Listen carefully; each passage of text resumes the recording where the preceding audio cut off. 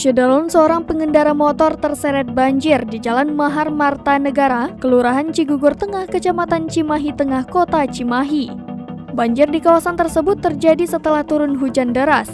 Kemudian, air dari sungai yang berada di wilayah Cigugur Tengah itu meluap ke ruas jalan setelah tak mampu menampung air.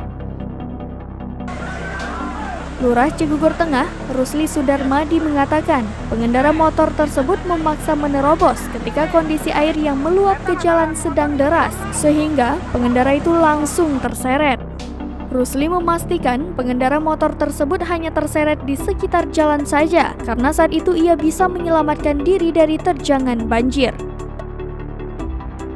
Berdasarkan laporan sementara, sepeda motor tersebut mengarah dari Lewi Gajah. Kemudian, saat di lokasi kejadian, pengendara memaksa untuk menerjang derasnya banjir.